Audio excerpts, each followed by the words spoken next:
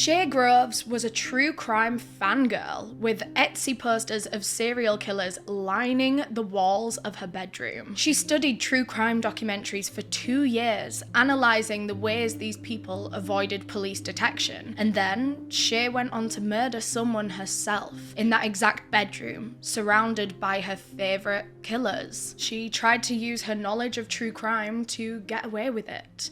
Today we're going to be discussing the insane story of Shaye Groves.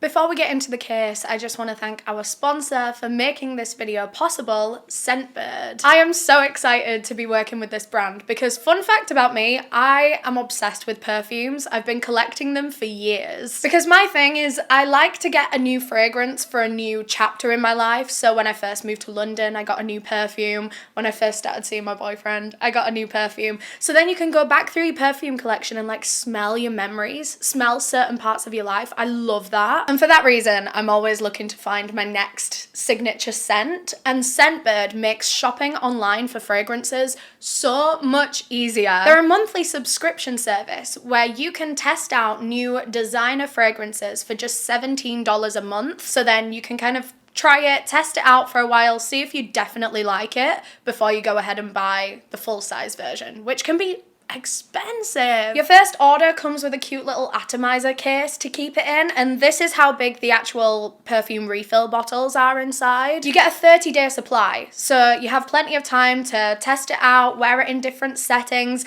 get people's reactions. Honestly, that's one of my favorite parts about buying a new fragrance, is people being like, "You smell good." I'm like, "Thanks, it's new." These three are my current rotation. Well, actually, this one is my top favorite. This is Acqua di Parma Magnolia Infinita.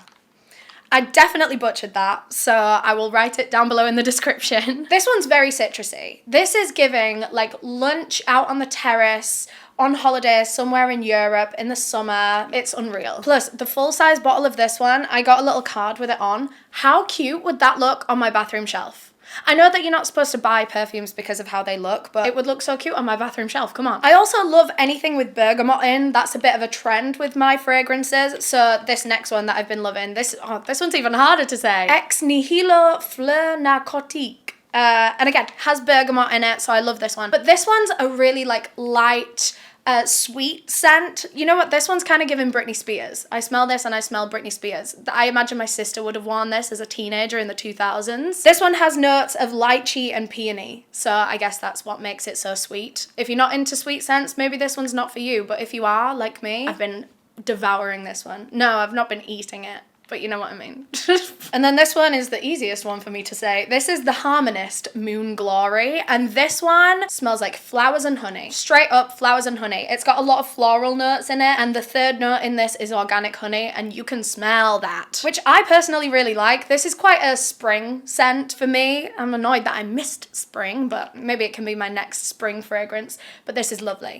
Just be warned though, it really does smell like honey and flowers. So if that doesn't sound like your thing, you won't like this. But if that sounds like your thing, you'll be all over this one. So if you're in the US or in Canada and you want to try Scentbird, I do highly, highly recommend. Plus, they're giving you guys money off. If you go to scentbird.com and use the code Eleanor at checkout, you will get 55% off of your first order, making your first perfume just over $7. Apologies to everyone that's not in the US or Canada. That's the only place that they ship to right now, but this is such an incredible service that I wanted to talk about it anyway. I wanted to put all of my American and Canadian followers on because this is revolutionary if you're a perfume girl like myself that only really shops online. So hard to shop for perfumes when you can't smell them. This is the perfect solution. I also linked all of the 3 perfumes that I spoke about in this video in the description, so if you want to check out any of those particular scents, go for it. And thanks again to Scentbird for sponsoring this video. One last thing before we get started with the case, I do just want to give my usual disclaimer that I mean absolutely no disrespect to anyone that I talk about in this video. This video is for educational purposes, and everything that I'm about to say is publicly available information that myself and my team have found online and compiled into this video. This video will cover a lot of sensitive topics. This is a very heavy one, including but not limited to the physical and sexual abuse of a child, mental illness including depression, PTSD and bipolar, self-harm, suicide, sexual assault, rape, drug and alcohol abuse, emotional and psychological abuse. Like I say, a very, very heavy one. So if you feel like any of those topics might be triggering or too intense for you to watch right now, I totally understand. I would recommend clicking out of this video now, and hopefully I'll get to see you some other time with a different case. But until then, look after yourself. While we make every effort to fact check our sources and make sure that all of the information in this video is correct, no action should be taken in reliance upon the information in this video. And I want to take this opportunity to remind you all that these are real people's lives that we're talking about. So please keep the comment section respectful and kind. All opinions in this video are mine and mine alone. And with that being said, let's get into the case. So today's case is actually a very recent one. It only wrapped up earlier this year. And it took place in July 2022, so just coming out of the pandemic. It takes place in a town called Havant in the south of England, and this was home to Shaye Groves, who was 27 years old at the time of this case. Born in January 1996, Shaye Groves had a terribly sad childhood, filled with physical and sexual abuse. And when she joined school, she was relentlessly bullied. She never fit in. Just every aspect of her life was so sad to read about. She was considered a goth by her peers. She'd always been kind of into darker things. People called her a weirdo. So she was bullied for that. But she was also bullied for having a hearing aid. She was partially deaf, and so she started wearing a hearing aid at like 11 years old. And you know what kids are like. They can be cruel about anything that they don't understand, about anything that's slightly different to them. And Shaye was bullied for having a hearing aid at 11 years old. At the age of 13, she began self-harming to deal with her depression that she'd been feeling pretty much her whole entire life. I don't know if there was ever a period of Shaye Groves' life where she wasn't terribly depressed. And when this turned into self-harming in her teen years, she was sent for her first mental health assessment. The psychiatrist diagnosed her with bipolar disorder, and it was around this same time, when she was only about 13 years old, that Shaye started turning to drugs and alcohol to self-medicate. Like I said, she was picked on quite a bit for being a goth, but this is something that Shaye liked about herself. She was quite a goth stereotype, I have to say. She was into horror, she was into, like, she was always wearing like pentagrams and like chains and stuff. She was into heavy metal music. All her friends called her Chucky as a nickname after, you know, Chucky from Child's Play. Although her friends, to be fair, I don't even think she had that many friends. I think these are more acquaintances, people that knew her at school.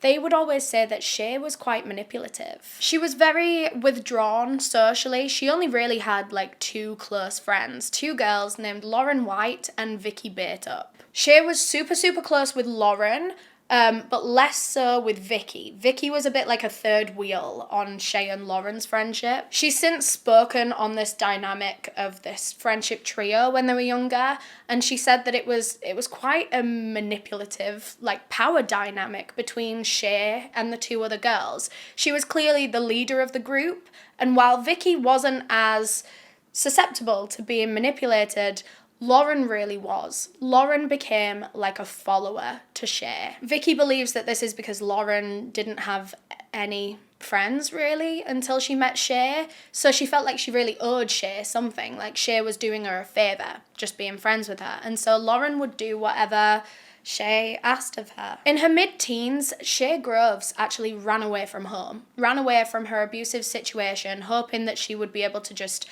find something, anything, better than the abusive household that she was leaving behind. But unfortunately, she didn't really find stability for a long time. She was like couch surfing, she was living with different boyfriends, all of which were abusive. She just had a string of abusive partners that she would live with and then get kicked out of the house and then find another one, and yeah, nothing was stable for her. She was still very, very mentally ill, and she was still doing a lot of drugs and drink to be able to deal with that. She was stuck in a very, very vicious cycle of this, where her mental health was so bad that she felt the need to self-medicate, but then being intoxicated so much of the time was really not helping her brain health. Until finally, at the age of 20, Shaye met a man named Ashley, and they had what seemed to be quite a healthy relationship. I mean, we don't know exact details, but he didn't seem to be like the last ones. They get into this stable relationship that is supposedly abuse-free,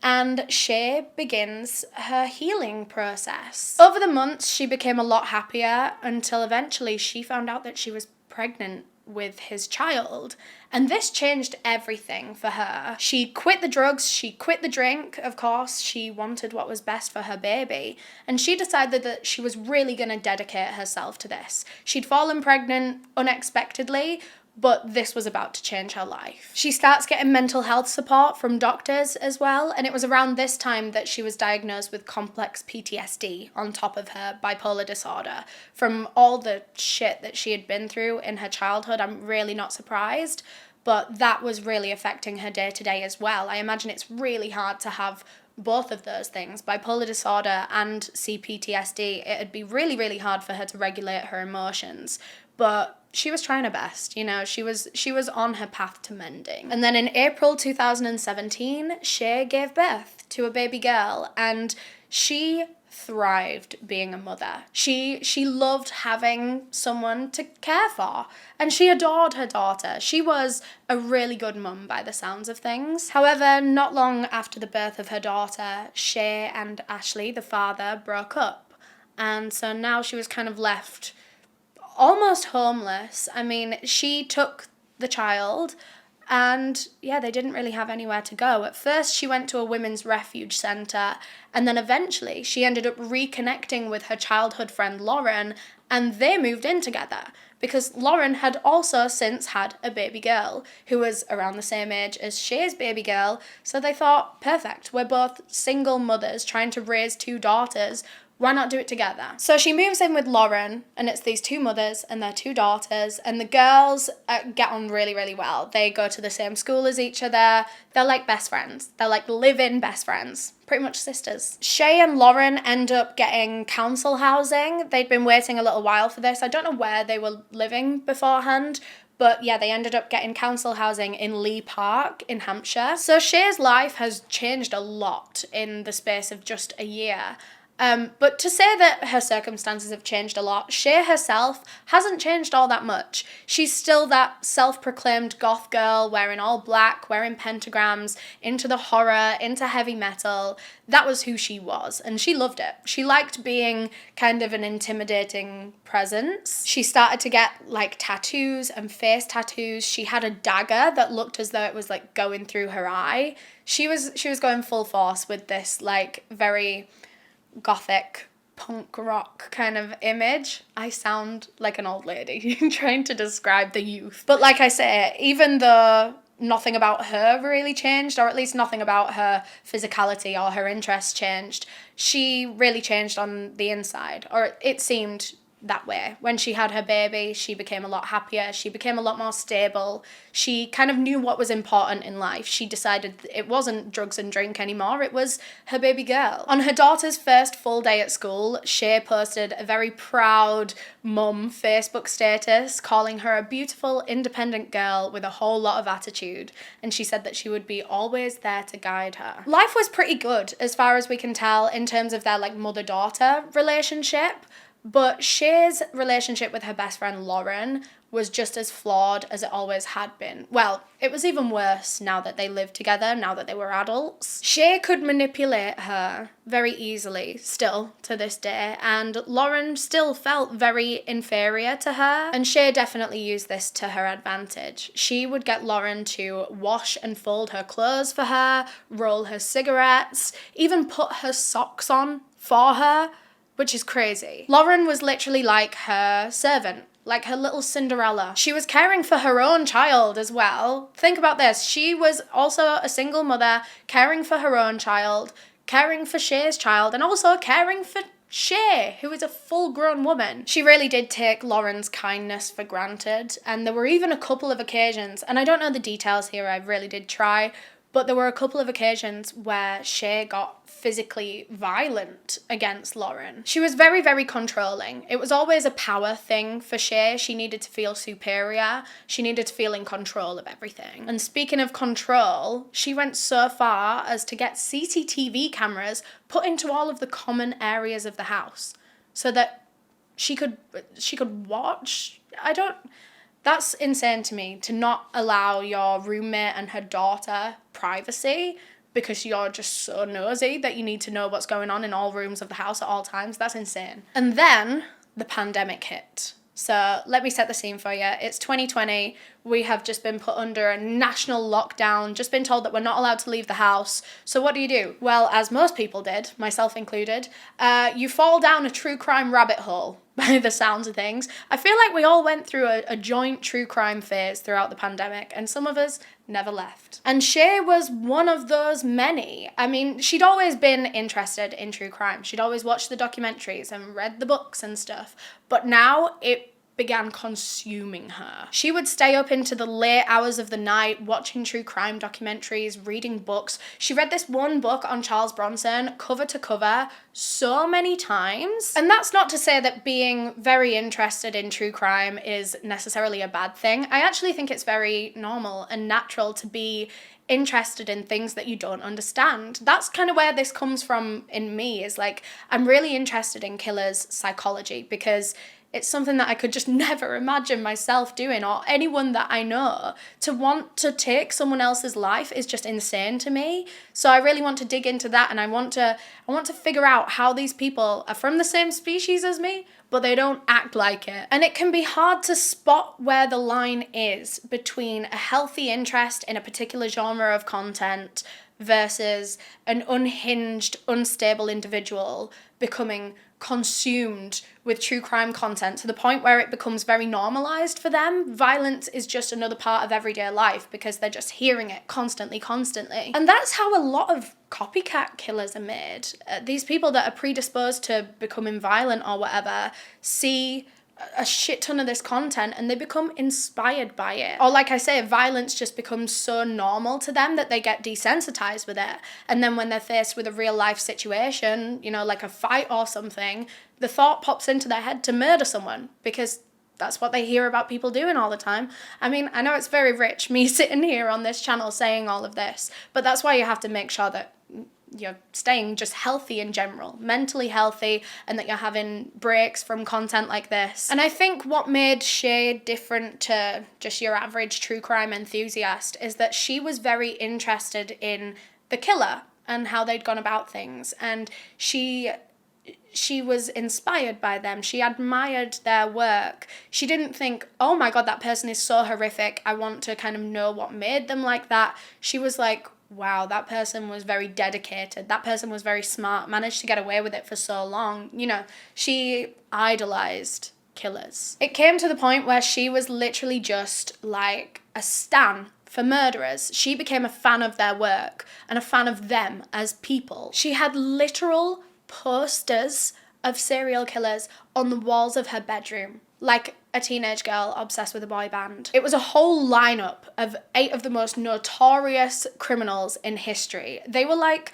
prints bought from Etsy that were like cutesy and artsy, and they had like blood dripping from their eyes. It's insane. So of these 8 criminals on her wall, they were Eileen Wuornos, Charles Manson, Rose West, Richard Ramirez, the Night Stalker, Myra Hindley, Ted Bundy, Jeffrey Dahmer, and Peter Sutcliffe, the Yorkshire Ripper. Please forgive my sudden teleportation. I am now in my boyfriend's streaming setup for the rest of this video. But as I was saying, all of these serial killers on her wall had over 100 kills between them. Shaye claimed that the reason she had these posters, she tried to say it was like dark humor or like it was ironic.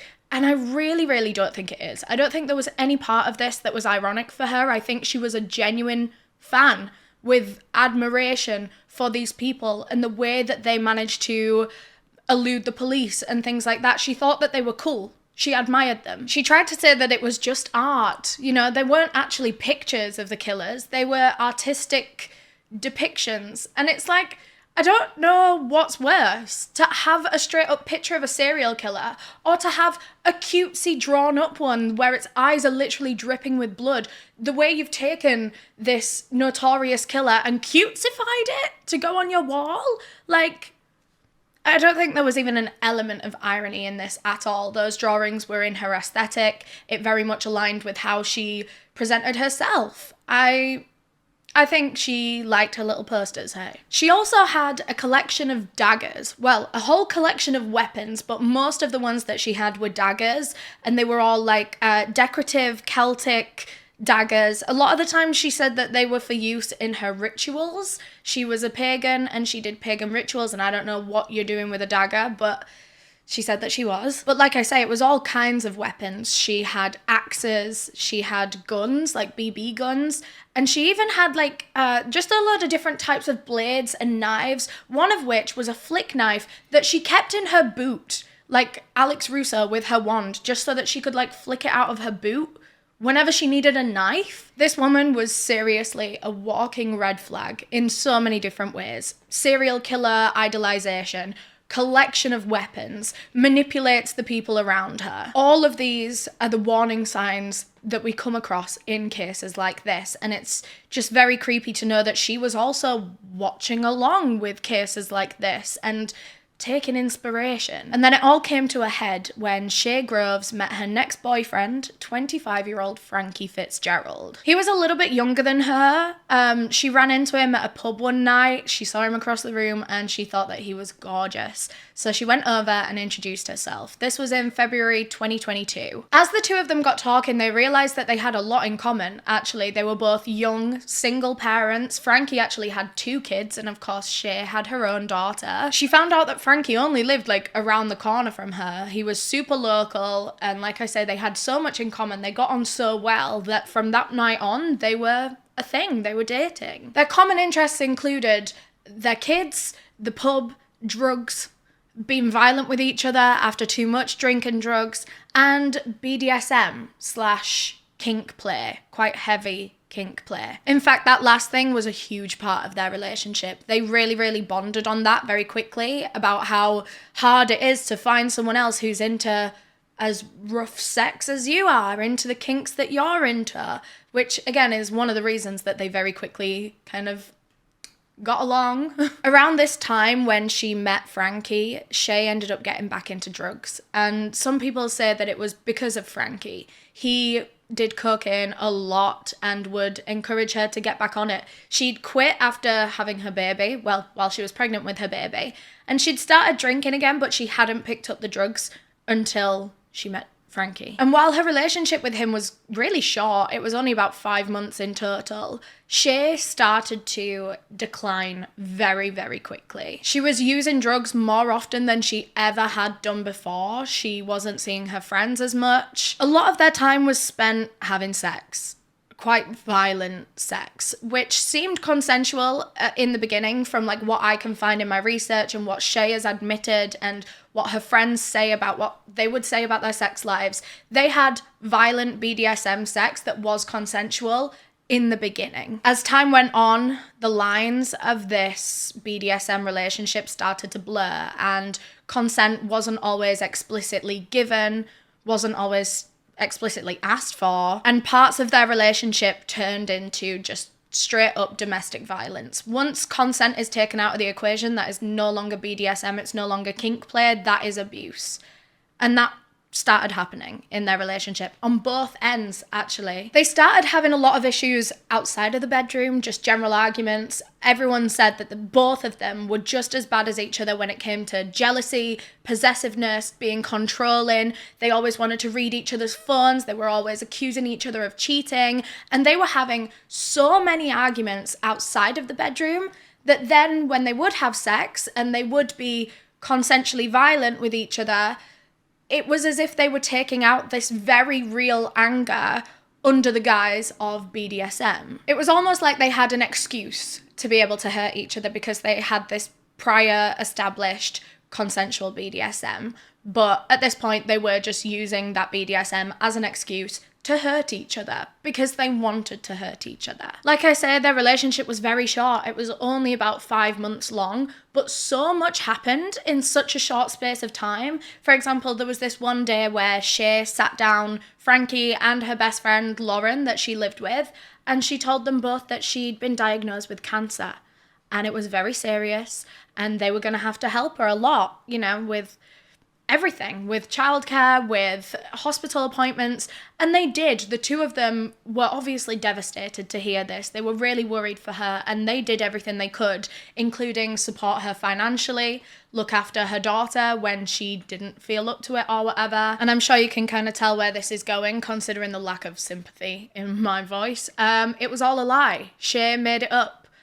It was just another one of her manipulation tactics to be able to get whatever she wanted out of other people. She was willing to use any methods, any tactics to get there, whether it was sympathy over a fake illness or whether it was BDSM and this like consensual, non-consensual, wait, no, the other way around, non-consensual BDSM anyway, come on. I don't want to confuse consensual non-consent. That's something we're going to dip into in a second because that was quite a big part of their relationship.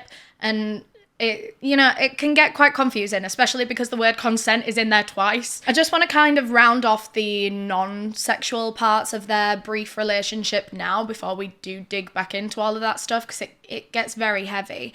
Not that what I'm about to say isn't heavy, because it is. This is a really, really intense 5 months for the two of them. Shaye became very, very depressed once again, and she started self-harming again. She actually stopped self-harming around the time that she met Frankie. She was so happy that she kind of managed to stop herself using that as a coping mechanism. But now that she was like fully back on drugs and the arguing was worse than ever, she resorted to her old coping mechanisms. Their relationship was getting more and more abusive outside of sex, and that was very apparent when they would have like BDSM violent sex that may or may not have been consensual, because they didn't really seem to care about each other afterwards. It's like you just beat each other up and then they just kind of moved on with their day. It wasn't like, you have to be really careful having a BDSM relationship like that you're doing like aftercare and making sure each other's feelings are okay and stuff like that, you know. But they weren't,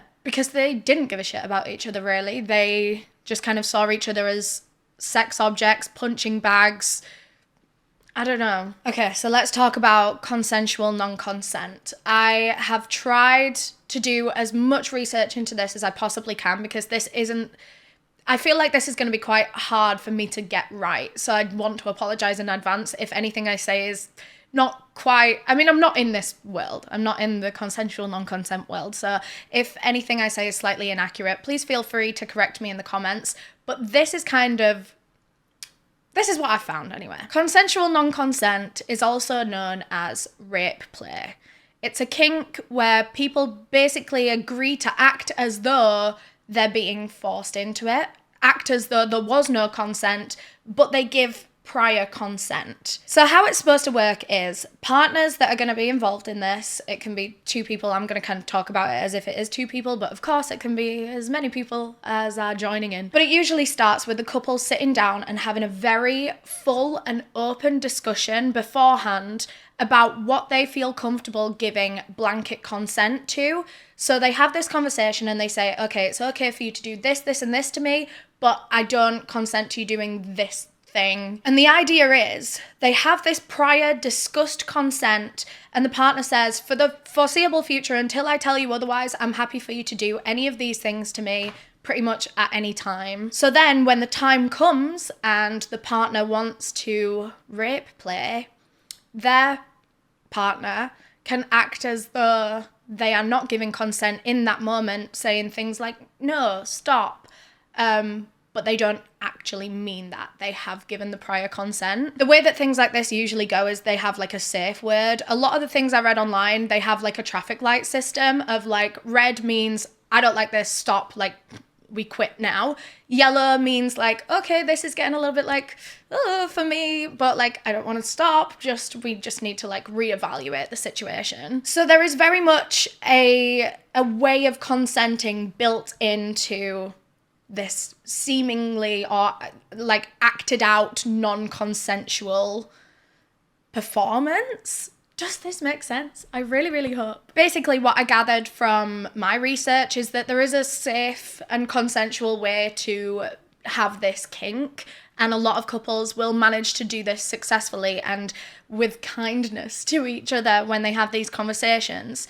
But that is not what Frankie and Shaye had. That's what they kind of acted like they had, this consensual, non-consent relationship, but they weren't caring about each other and having these conversations outside of it. It was just like oh, I'm sure she'll be fine with this, or I'm sure he'll be fine with this. It was actually Frankie that would do this to Shaye more often than not. He would go from one type of sex to another without asking first, so he would just go straight in with anal, which you can't do. Shaye made it clear to him that she was uncomfortable with what he'd just done. On this one particular instance, when he'd done this, I think she said to him something along the lines of, "No, babe," like no. But because she wasn't crying, because she wasn't, because she'd used the word babe and done it in a softer way, he didn't listen. He didn't think it was serious. They later had a conversation about this particular event, and Frankie says to her, and I quote, "It was a bit rapey, wasn't it?" So he knows that he is being rapey with his girlfriend. He admits it. And he doesn't seem upset with himself or like it was a misunderstanding. Like there's no like remorse there for making her feel that way. He's just like, oh God, yeah, that were a bit rapey of me, wasn't it? Shaye's response to him was that it hadn't been rape, but it had been as close to non-rape rape as I can get to. And remember, they didn't have a proper agreement beforehand. They both hadn't like agreed with each other on this particular day that they were going to do consensual, non-consensual sex. He had just done it and he realised it was rapey, and she, tried to make him feel a bit better about it, saying that like, if you had raped me, like I wouldn't feel safe around you and I wouldn't let you around my child. So she didn't see it as rape, even though it is. But I think it's important to kind of see it from Shaye's POV. For the sake of this video, she didn't feel that she had been raped, but she felt like it was pretty damn close. She didn't like the lack of communication, the lack of asking for consent. By the way, the way that we know about a lot of these specific conversations and the specific quotes is because Shaye had a CCTV camera set up in her bedroom. She got them put in the communal areas of the house, but she also had one put in her bedroom, specifically actually to download videos of them having sex afterwards. She would put the footage onto her laptop. Sometimes she would even edit together clips of them to make like, a feature-length film, which was actually really useful for this case and for the whole police proceedings, because they had footage of this non-consensual sex or the BDSM that wasn't actually BDSM, it wasn't consensual. And they also have a bunch of quotes, and they have the couple's exact wording of things, which is so valuable. During one of these sessions that had been recorded on Shaye's CCTV, Frankie brings up her dagger collection because she actually kept one under her pillow, and as they were having sex, it kind of like slipped out a bit, and so the conversation comes up as they're having sex. And so he asks her if she was planning on stabbing him in the throat with that, and Shaye says no, the knife is just there for protection, but not against him, just in general, if there's like an intruder. Around June 2022, so a month before this case took place, they're only 4 months into their relationship at this point in time, things are reaching new heights. They'd always both accused each other of cheating, but now it was so serious. Like, they both had specific people that they accused the other one of cheating with, and honestly, I think there was cheating going on. I don't think these claims were unfounded. Frankie was specifically accusing Shaye of cheating with her ex, I think her daughter's father, and they were spending a lot of time together. I think she was. And then Shaye was accusing Frankie of cheating on her with just some girl that he'd met in the pub.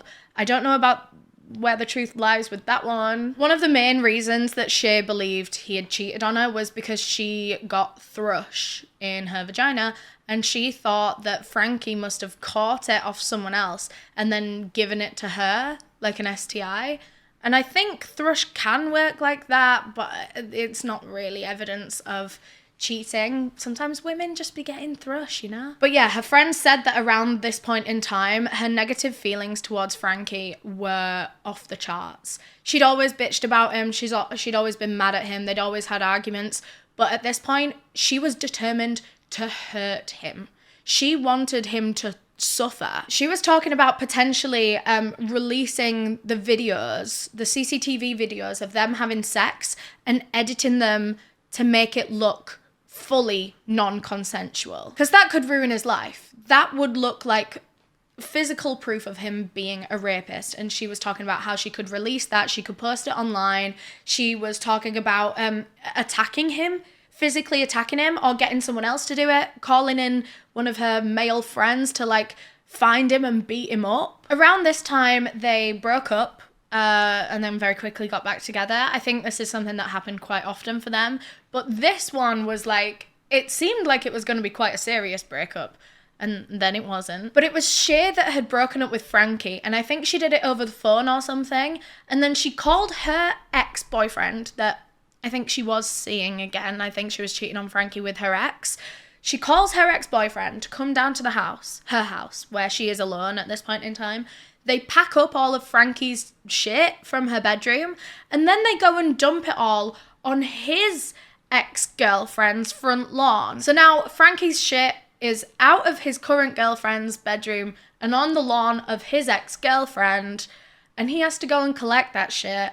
And then a couple of days later, him and Shaye make friends again, and then they're back together, and then he moves all his shit back in her house again. On July 14th, 2022, Frankie found proof that Shaye was seeing her ex-boyfriend again. He'd gone through her phone, as they both often did to each other, and he had found texts between them. Sects, in fact. He flipped out and confronted her about it. He even threatened physical violence against her, but he didn't actually end up hitting her. He just punched a couple of walls and then left. Which brings us to 2 days later, July 16th, 2022, the day that this case took place. It was a Tuesday. Shaye's daughter was not in the house at this point in time. She was actually staying at her dad's house, and Shaye was home alone. Well, I think Lauren was home, but Shaye was home alone, and so she calls up Frankie and asks him to come round. Despite how explosive their last few nights together had been, they were both very willing to see each other again and try to talk it out, I guess,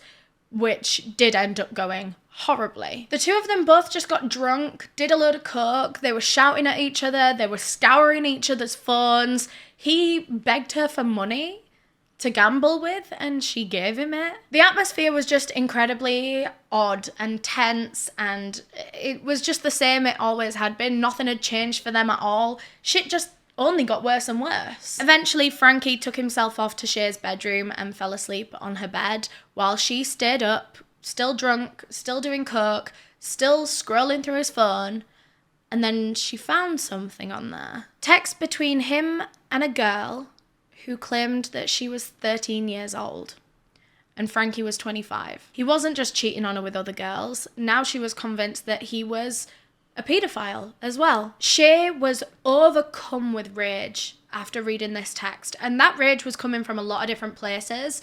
Of course, this is her boyfriend, and she's just found out he's being unfaithful, and she's just found out he's potentially a paedophile. I say potentially because we're going to kind of disprove that age thingy in a bit. But for her right now, she's read this text supposedly from a 13-year-old girl, and she thinks her boyfriend is a paedophile, he's cheating on her. And it all kind of came back to her about her childhood, about how she was sexually abused as a young kid, and it really fucked with her mental. And she could also just feel sympathy for this young girl. The girl that this message was from was later found to be 17, which is still a child, don't get me wrong. But it was also found that Frankie blocked her when he found out her age, or when she said that she was 13, when she, like, I think it was like a joke where she said that she was 13 and he blocked her. So as dodge as it is that there were some messages there, as far as I'm aware, nothing too gross actually happened. But from Shaye's point of view, she has just read text between her 25-year-old boyfriend and a 13-year-old child. She was so overwhelmed with anger that she just flew into a fit of rage. She slammed the phone down, ran to her bedroom where Frankie was asleep on the bed.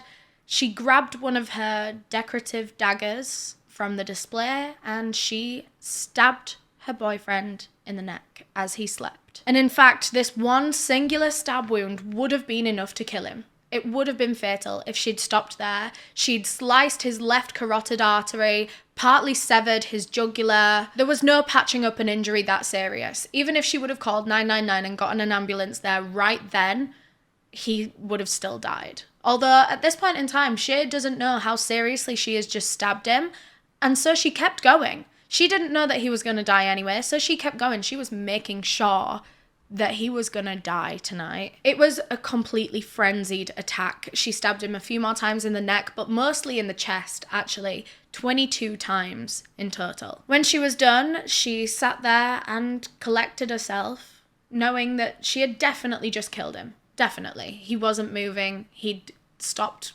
gurgling. She said that there were gurgling sounds coming from his throat that stopped before she stopped stabbing him. So now, Shaye Groves, true crime fangirl, is now a murderer herself.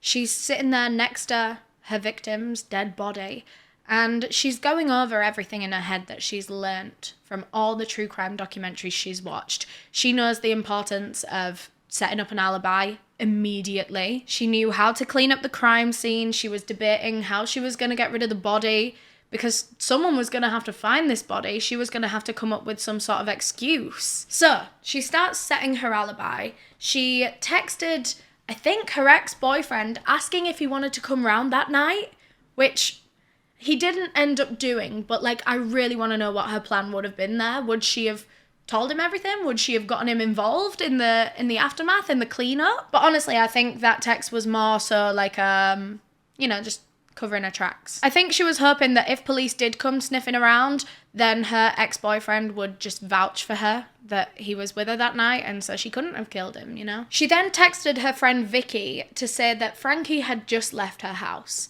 which is a kind of a pointless text in day-to-day life, but like I say, if police come sniffing around, then this is almost like proof that he had left her house safe and sound that day, and then something else must have happened to him later on. So she's setting all of these like text alibis up, and then she decides it's time to tell someone what she's done. She went to her roommate Lauren's bedroom, knocked on the door, and told her that she'd just done him. She'd just killed him. I'm not entirely sure where Lauren's daughter was at this point in time. We know that Shaye's daughter was with her dad, and I really, really hope that Lauren's child was also somewhere else. From what happens next in this case, I'm inclined to believe that the kid wasn't in the house, because I don't know how they would do what they're about to do whilst trying to hide it from a child. But anyway, Shaye goes and tells Lauren essentially what had happened, that she had killed Frankie, and they both look at his dead body still laying there on the bed, and they start discussing what they're gonna do with it. They thought about burying him in the garden. Shaye also suggested that they could try and frame it as a suicide, as if 22 stab wounds would ever be considered a suicide. Like, anyone is gonna look at that body and say, right, well, they definitely didn't do that to themselves. And you would think, with Shaye Groves being such a true crime fan, you would think that she wouldn't be so daft as to think that. But anyway, as they brainstormed what they were going to do with the body, they start trying to clean up the house a little bit. They start scrubbing away the blood. They get out a bunch of bin bags and lay them on the floor, and then pick up Frankie's body and put it on the bin bags so then they can start cleaning up the bed. And it was at this point that Shaye turned on the manipulation with Lauren. She told her that she needed to help her clear up this murder because she was an accomplice now. She'd already helped to wipe up some of the blood. She'd already helped to pick up Frankie's body and move it onto the bin bags. Shaye said that if Lauren ever dared snitch on her or tell the police or tell anyone anything, then she would be going down too. Lauren said that she was very scared of Shaye. She was scared of what Shaye might do to her. You know, if she didn't go along with it, then would she turn around and kill her too? So she just kind of went along with everything that Shaye was saying and everything that Shaye was telling her to do. But despite all the effort that went into covering up this crime, Police would be informed less than 6 hours after the murder took place. They were already arriving at Shaye's house. The way that police found out was through Shaye's third friend, Vicky. You know, they were a trio, Shaye, Lauren, and Vicky. Well, obviously Shaye and Lauren knew about this whole thing. They lived together.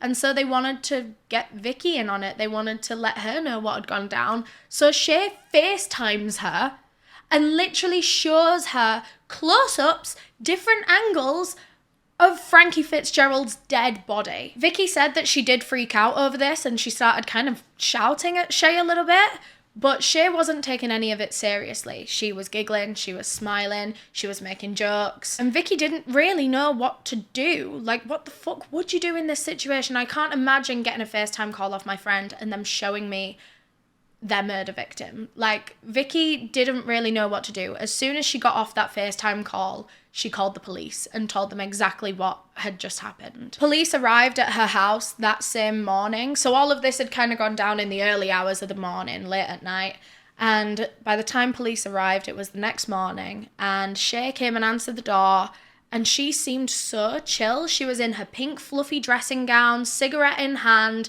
without a care in the world. 6 hours after brutally stabbing someone to death. As soon as Shaye opened the door to the police, they were hit with the overwhelming smell of bleach coming out of that house.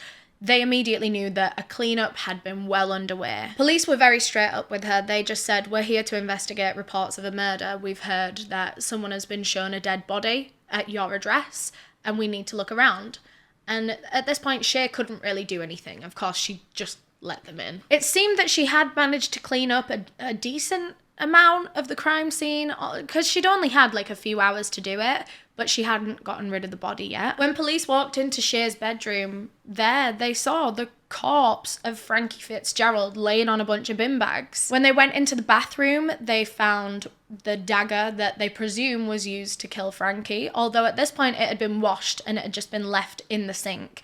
And that was the only one of Shaye's daggers that was out of its usual decorative place, so we can be pretty sure that that one was the murder weapon. So both of the women were arrested then and there at the scene because, of course, police couldn't be sure how much Lauren had had to do with all of this, how much Shaye had done, so they just arrested both of them, took them down to the police station for questioning. And Shaye didn't even try to deny the murder. She kind of admitted that, yes, she did kill Frankie, but she tried to say that it was in self-defense. She told officers that they'd gotten into a huge physical fight that night where she genuinely feared for her life from Frankie. She said that he had pinned her up by the neck on the bed to the point where she was like losing vision, losing consciousness, and she knew she had to do something to get him off of her. So that's when she said she reached to one of her shelves next to her and just grabbed something and hit him with it. And that was when she realised that it was a dagger that she'd picked up, and she'd hit him with it blade first in the neck. She said that all of this had come about after she'd found these texts to a 13-year-old girl on his phone. She hated him for being a paedophile. She hated him for cheating on her. She hated him for doing this to a child. And so that's kind of what sparked this physical fight that night, and then meant that she had to defend her own life in the end. But Shaye's self-defense story just does not line up with any of the crime scene evidence. I mean, for example, she stabbed him 22 times. That's not once in the side of the neck in self-defense. Say, for example, the first one was in self-defense. Why would you keep going after that point? In fact, police actually confronted her on that and said, well, why did you keep going? And she said it was because she could hear him gurgling blood through his throat, and she thought that it was kind of the humane thing to do, to just essentially put him out of his misery and kill him quicker. But there was also the fact that Frankie, like his autopsy and the way that the evidence was found and stuff, it was more than likely that he was asleep when he was attacked. He was laying down on the bed asleep. He was not pinning her up by the neck and a threat to her life. They weren't fighting. He was asleep. She found these texts. She was so mad that she went and stabbed him in his sleep. A lot of it started to make sense when police were speaking to Lauren, and Lauren said that her friend is just like this. She's a very angry, violent woman who has had issues with her boyfriend for months now, literally since they got together. Nothing had ever been good between them. She said that her friend was very, very manipulative. She was always controlling the people around her to do things for her, and actually that's how she'd got swept up in all of this that night, because Shaye had been manipulating her into helping clean up the crime scene. Lauren actually ended up getting a few charges herself. Of course, the first one was kind of for being an accessory to murder and helping to clean up the crime scene. But also, on top of that, when she was in her police questioning, she actually refused to give over the passcode on her phone. So police, I think they ended up getting in there eventually some other way, but it really hindered the investigation for a little while. All of these charges, though, were eventually dropped when police kind of sussed out the situation and they realised that she was manipulated. She didn't actually have anything to do with the actual murder. She had just kind of acted out of duress. She was scared that Shaye was going to kill her too, and so she did just help to clean up the crime scene a little bit. The charges were dropped because they kind of understood the situation, and also because she agreed to give evidence against Shaye and say everything that she'd seen in the house that night. And actually, even Shaye admitted to the police that Lauren had nothing to do with the murder itself. Like, she wasn't even in the room when Frankie died. Which I think is interesting to say, like, despite how manipulative Shaye had been previously, saying that, oh, now you're involved, I'm dragging you down with me. When it actually comes down to it, she didn't dob Lauren in. She was actually very honest and fair about Lauren's involvement. So, 7 months later, Shaye Groves' trial begins, and she was still very much clinging to that self-defense claim. Her side presented videos from the CCTV camera in her bedroom that supposedly showed Frankie sexually assaulting her and being violent with her without her consent. Although when these videos were like actually properly studied and like the raw files were studied, it was found that they had been edited. There were sections that had been cut out where the couple had some level of discussion. Don't get me wrong, the consent and the conversations that they would have were never very sufficient, but when these parts are added back into the video, within the context, you can see that they just have a very poorly thought out BDSM relationship. Once these little sections are put back into the original clip, it makes a bit more sense and it doesn't look quite so evil, you know? The footage already didn't look very good, but the way that it had been edited made Frankie Fitzgerald look evil. Lauren and Vicky also gave evidence in court because obviously Lauren had been there the whole time and Vicky had been there for that FaceTime conversation. And there were certain things that Shaye was saying throughout the cleanup, things that hinted that he was asleep when she killed him. They told the courts about how she was smiling and giggling as she was cleaning up the crime scene. She was figuring out how she was going to get rid of the body, saying that, well, he was suicidal anyway, which, what the hell did she mean by that? That it's like okay to kill him because he would have wanted it? Like he would have been okay with it? Or does she mean like she could try to pass it off as a suicide then and no one would really question it because he was suicidal anyway? Not one part of the trial looked good for Shaye. I mean, there was fabricated evidence. She had said certain things to her friends that just kind of foiled her own self-defense story where she'd made little comments about how he'd been laying there and stuff. So at the end of the trial, Shaye's self-defense claim was actually thrown out by the judge and she was found guilty of murder. She was given a life sentence with a minimum of 23 years, which means she will be eligible for release at the age of 50. And that is all I have on this case. A crazy one to think that this is someone that got very much into true crime during the pandemic. Like I said earlier, I feel like a lot of us are in that boat and it feels very weird to know that someone that was kind of watching the same content that we were back then